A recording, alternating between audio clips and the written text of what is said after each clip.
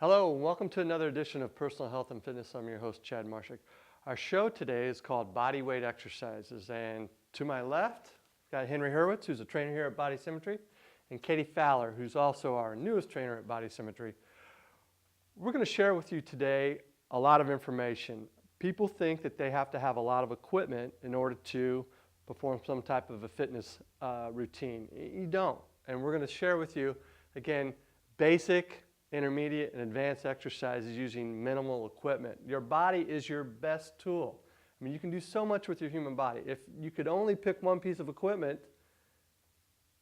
you really only need your human body. Your own body can do amazing things, and you don't really need a lot of equipment. And again, people get confused and think that I've got to go to a gym. Nothing wrong with a gym, but some exercises that people do, I think they're wasting a lot of time. And I think that today, hopefully, we'll shed a little light on what your body can do. Guys, you have been trainers for a while. You've worked with a lot of different individuals. What are some of the things that you think that we can share today with people as far as using their own body? I think as far as body weight training goes, it's very simple to do. You can do it almost anywhere, and it's really easy to incorporate into your schedule, whether you're busy with work or travel. Body weight exercises can be performed pretty much anywhere, and like you said, you don't need any equipment. And the way we're going to show you different ways today to advance those exercises. So maybe if you are a beginner and you haven't been working out, here's a beginning exercise to do for your body weight, and we can move that up to an intermediate stage and even advanced exercises. So you're still going to get a challenging workout even though you're just using your body. Really just trying to keep it simple. You know, none of these things are revolutionary that we're going to share today, but just basic movement patterns with a little twist. So we're going to go ahead and cut to the chase and get going. The first thing we're going to demonstrate some exercises for the upper body. And the first thing we're going to start off with is the wall push-up. This is a basic exercise. So if you have somebody, Henry, you want to demonstrate this? If you're a beginner, or let's say you're older, let's say you're an 80-year-old person that can't get on the floor, can't do any type of push-ups, you can use the wall to do what we call wall push-ups. So if you notice, Henry's just setting up his feet. And obviously, the more erect you are, the closer your feet are to the wall, the easier the exercise is going to be. The farther that you displace your feet from the wall, which is going to create a greater angle in your body, the more challenging it's going to become.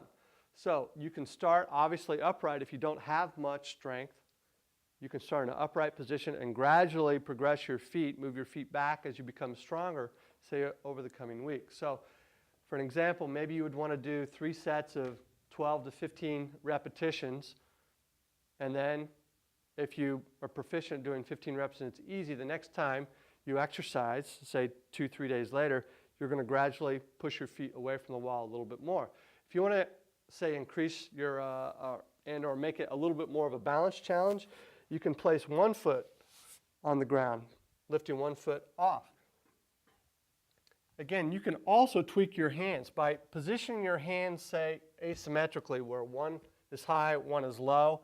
It's going to have a different effect on your shoulder musculature. So that offset pattern with your hands, again, you don't have to have, as many positions there are on the wall, or as far as ways you can figure out how to place your hands, go ahead and try that, because it's going to elicit a different response. So whenever I move my hands in different positions, is going to affect how my core responds to that. It's not only my chest and my shoulder musculature that's working, but my core has to really stabilize my torso so my hips don't fall forward.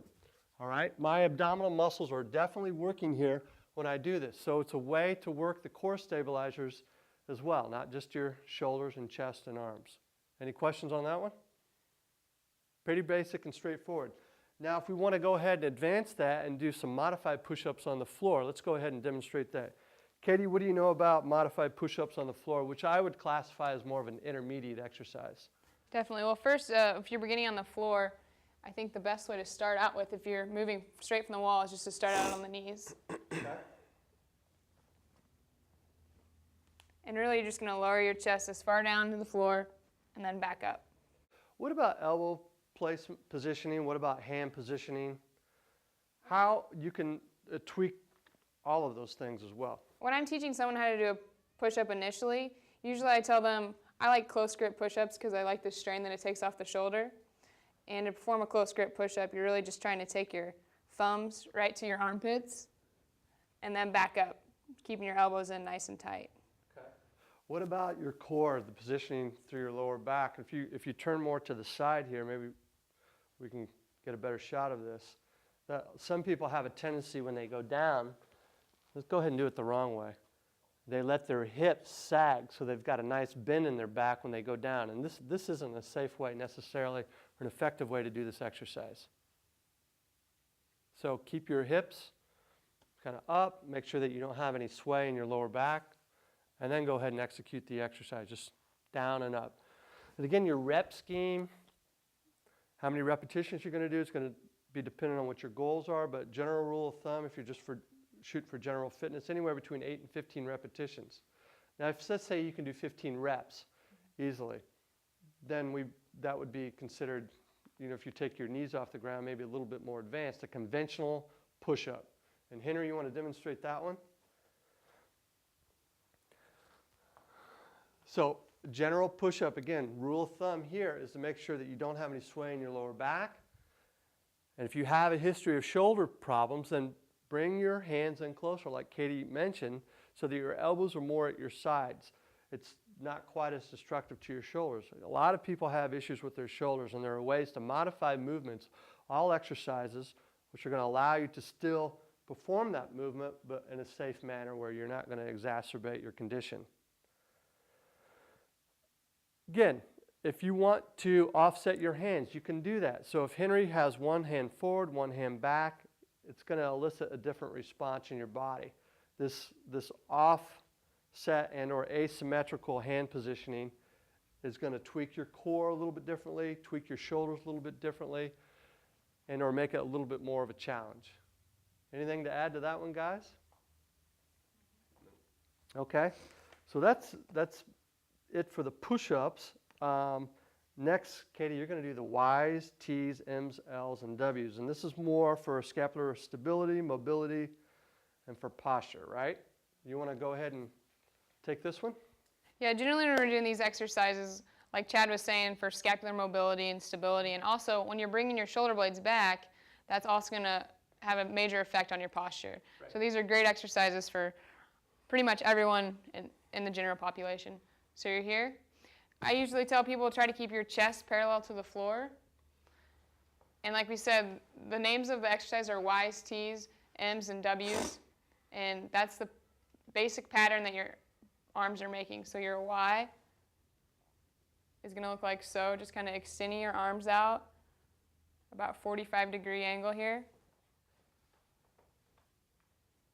The T,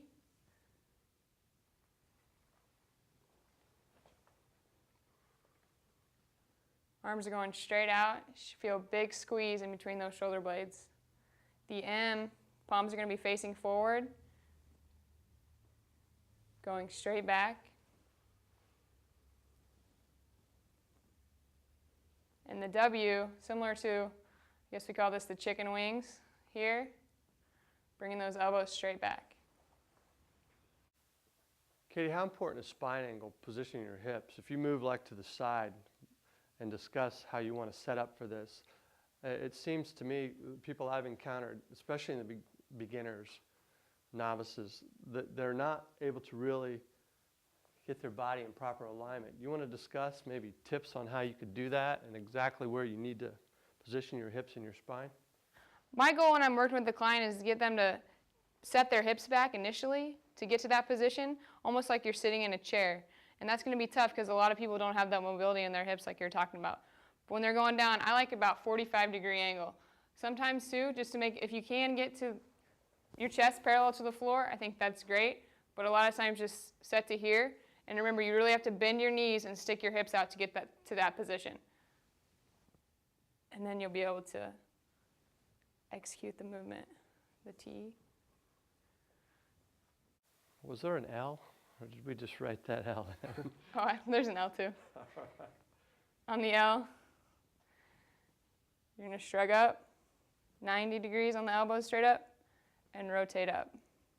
That's I like that exercise a lot. It's amazing the number of people that can't do this properly, and yours truly can't do it. So from the front on the L, You're going to shrug up, bring those elbows up at 90 degrees, rotate.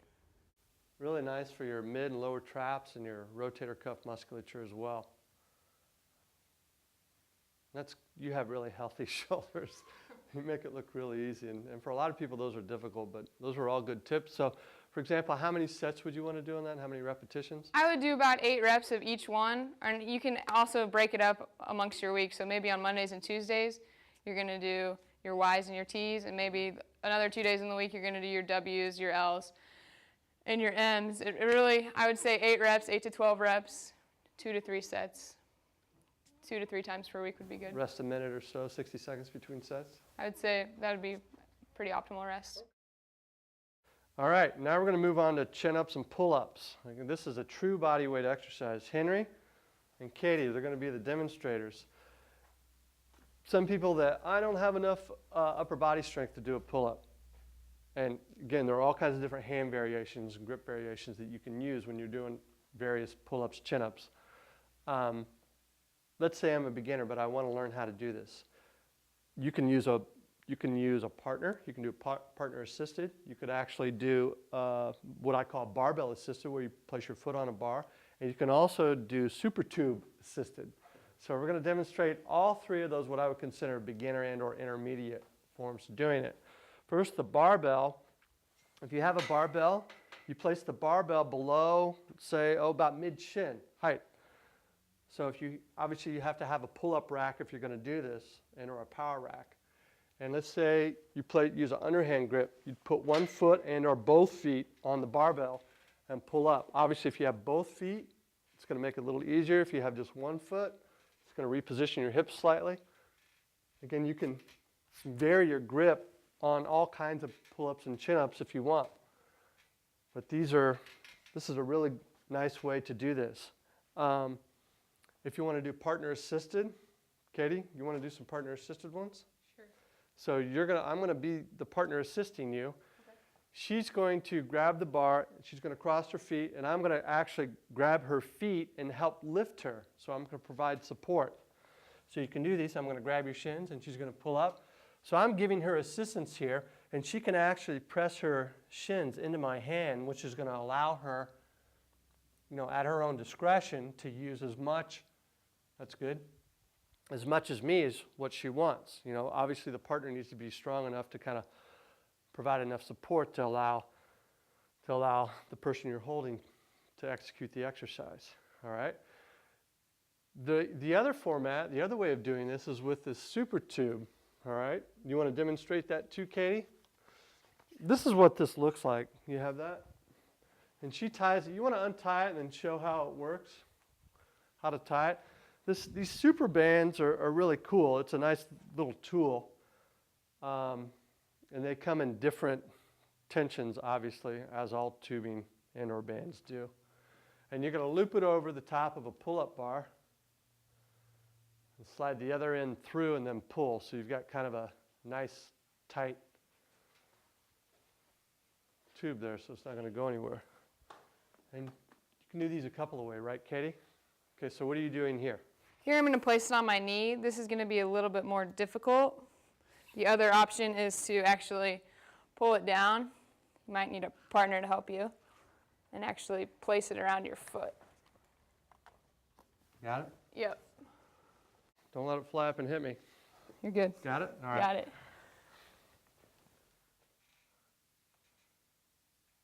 So again, if you're not strong enough, this tube, check it out, it's pretty cool actually, provides the support and our extra bounce or elasticity, which is going to help her kind of lighten her load. If anybody's ever used a Gravitron, which is a pull-up and or dip device that allows you to enter a weight, it essentially subtracts the weight from your own body weight, which makes it easier to do these types of exercises. So either your knee in the super band or your foot. Then the other variation that would be more considered intermediate, the ones we just demonstrated, with the barbell would be more of a beginner and or assisted one. This regular body weight. Henry could probably do hundreds of pull-ups all day long, couldn't you, Henry? So what kind of grips do you recommend people try? There's wide grip.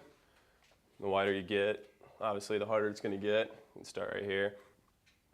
Pull. You want to be sure to go down to the full range of motion as well. I see a lot of people when they're working out, they'll do this. Half reps? Yep. You really want to work on the full range of motion. You can also do a more narrow grip. So he's using an overhand grip, obviously. A lot of forearms, a lot Yep, of a lot biceps of forearms, a lot too. of grip strength. You can also do wider underhand grip. We use pull-ups a lot with a lot of athletes that we work with for grip strength, which is awesome because you really have to grip forcefully. Oh yeah.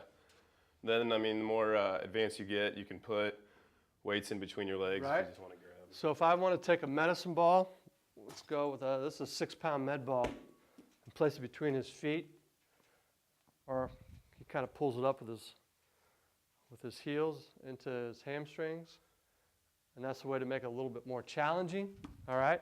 If you don't have a medicine ball, you want to use a dumbbell. Here's a 10-pound dumbbell. So grab with your feet. And that makes it harder yet. All right. And my favorite, you're going to hate me, is if you want to do partner pull downs. So if you want to accentuate the eccentric or the lengthening effect, he's going to start in the top, and then now I'm going to pull him down, and he's going to fight it. He's going to fight it. He's going to fight it. He's going to fight it. So this is the eccentric phase or the lengthening phase, and this is really hard. And you want something that's just going to whack your lats and your forearms and grip strength. That's it. That's it. Okay, so that's it basically for the chin-up pull-ups. Now we're going to talk about lower body stuff, and we're going to start with some glute bridges. Katie, you want to take us through this glute bridge series? And this is really a lot about posterior chain movement, working your hip musculature, your back, and your hamstrings. A lot of people are weak in their posterior chain. And so, get to use the floor on this. And she's just doing a simple bridge. You want to talk about this one, Katie? On the glute bridge, just position your body. You can see my shoulders are always in contact with the ground. I think that's key because a lot of times when you come up, you want to extend here, but really you want a straight line in between your shoulders and your knees with the shoulders staying on the ground. And you're just going to bring your hips up off the ground, and you can hold for time, or you can do repetitions. And this is more or less a basic exercise for a beginner exercise. So somebody, again, who's not too fit and or possibly the elderly population, if you can still get on the floor, this is a great way to strengthen that whole backside of your body, which is so important in everyday activity. Another variation to the exercise is here. We call these glute bridge marches. You're just alternating left and right marches. This is going to be a challenge of your stability as well. If you bring your arms out to the side, you'll get a little bit more balance. Make it tougher. You can cross your arms across your chest.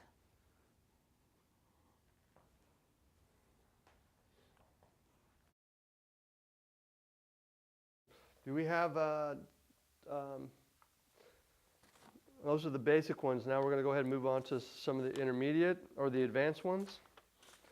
We did the marches with the feet elevated. And now we've got what, advanced with adduction. So now Chad's going to throw me a medicine ball, or if you're at home, you can maybe use a pillow or a towel or an Eric's pad, but really you take the object and you place it between your knees, and you want to think about squeezing your knees together. That's going to turn on your adductor muscles, which is going to throw your glutes in for a ride whenever your hamstrings have to work extra hard to keep your hips elevated. And usually this is going to be one you're going to want to do for time. So I would say 20 seconds, rest for 10 seconds, and then repeat. Also, I want to point out that my foot positioning, I'm on my heels. That's really going to help engage the posterior chain, your backside muscles.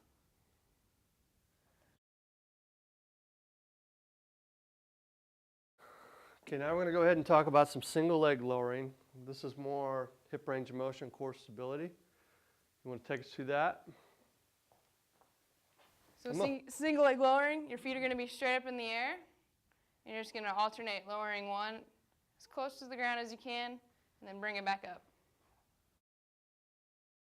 This is more for a hip range of motion and core stability.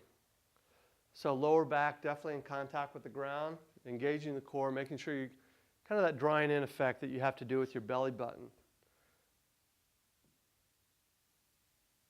Some people, you know, I have maybe some of my older clients that I have do this exercise. They get a lot of clunking in their lower back or their hips because of whatever reason. Yeah. It just happens, but this is a great exercise too.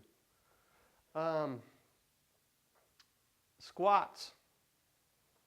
Squats. Everybody knows what a squat is, familiar with different types of squats. All kinds of different squats that you can do.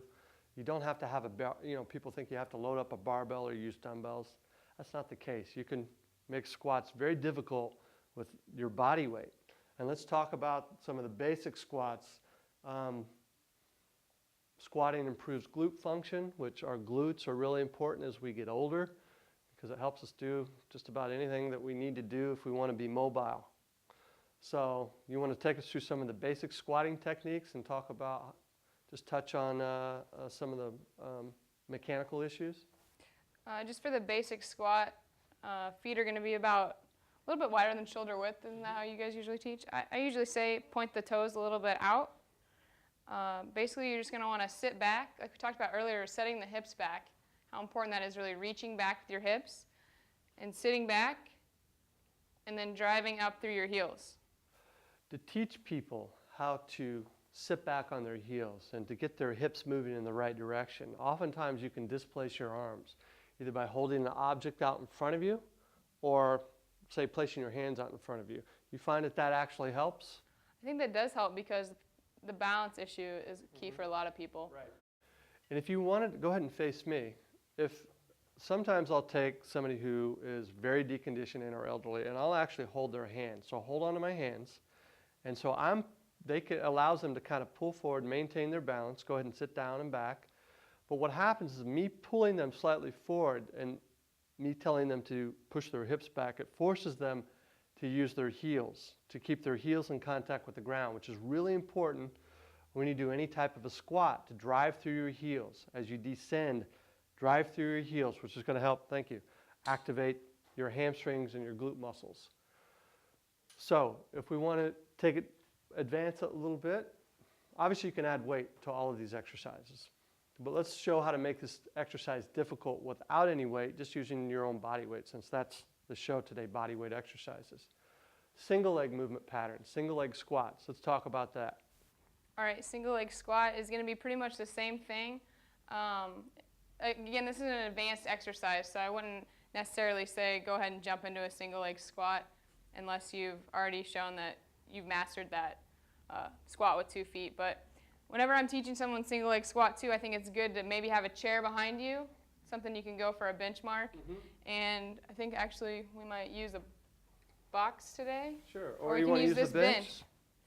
So on single leg squat, just position yourself in front of the bench, and you're going to probably be about 1 foot to 6 inches depending on your height. And the bench height is also going to vary. If you're taller, you might need to stack a few more pads or weights on the bench so you can reach that, but really we're just trying to get that thigh parallel with the floor. So you're just going to reach back, touch the bench, and then come back up, driving through that heel like Chad mentioned earlier.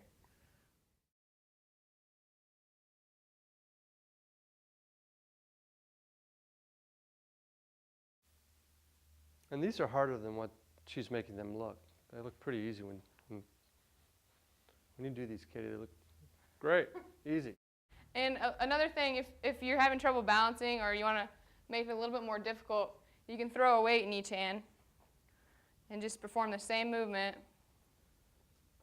This is great for balance, core stability, and also that glute function we talked about.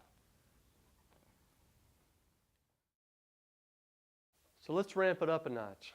All right, if we want to go ahead and do a split squat, all kinds of split squat variations you can do. Henry, you want to talk about some split squat techniques and or movements that you could use? And Katie, if you want to jump in, feel free. The split squat, what you're going to do, You're gonna line up with one foot in front. You really need to work on having the toes pointed straight ahead, have everything in line with the hips. You don't want to be out here or anything like that. Have everything in line with the hips. I like to have people have their hands behind their head, keep the elbows back the entire time. And what I like to do is just lower yourself in a controlled fashion. I also see a lot of people when I'm training them, they like to rush down and do stuff like that. You're not going to get anything out of that. I like to have it a nice, slow, controlled movement and back up. You can also do isometric holds with this if you want. You can just hold for time. We do that a lot with some of our baseball players and stuff like that. Just hold for an amount of time. It gets really tough.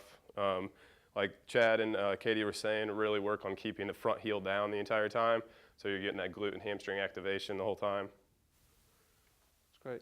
You can, yeah, that's a tough one.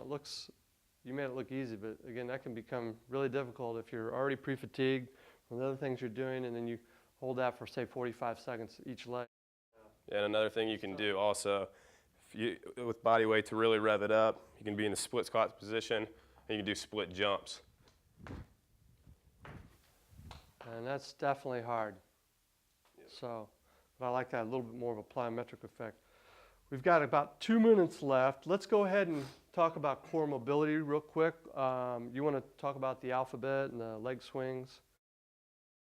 Yeah, when I think about core, I think about not only the muscles that people always say that six-pack, but I also think about the hips, and I also think about the shoulders. So the first exercise I'm going to talk about for our core is going to be the hip alphabet.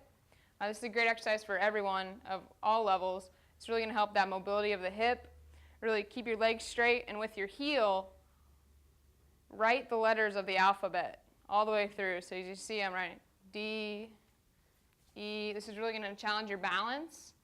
And as you can see, my hips moving in all those planes of motion as I write the letters of the alphabet.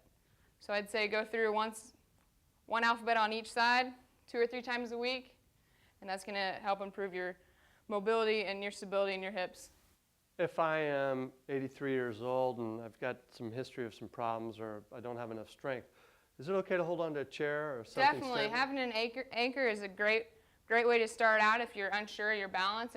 And also, you can experiment with the size of the letters you're writing. You know, we say, okay, we're going to write in 5-point font today. Today we're going to write in 45-point font. You know, when we get really good, you can kind of experiment with that. So that's another great way to kind of alter the exercise to your ability level. That's awesome. Well, guys, we're about out of time. Thanks for joining me on body weight exercises. I think you both did a great job. Katie's in charge of our Twitter and Facebook pages now. You want to share with us real quick about that? Yeah, just Body Symmetry is on Twitter now, so if you want to log on and search Body Symmetry in the search, we should pop up. We're www.twitter.com/body_symmetry. So that's going to be a great way. We're going to send information, post videos, just a great way to keep up with us. Also, we're on Facebook now, so if you search Body Symmetry, you should be able to find us on a fan page. So it's a great way to keep in touch with us. That's awesome. Katie, thanks again. Appreciate it. Thanks, Henry. And thank you for joining us on another edition of Personal Health and Fitness. Hope to see you again next time. Until then, I'm your host, Chad Marshak. Hey, Quinn and Riley.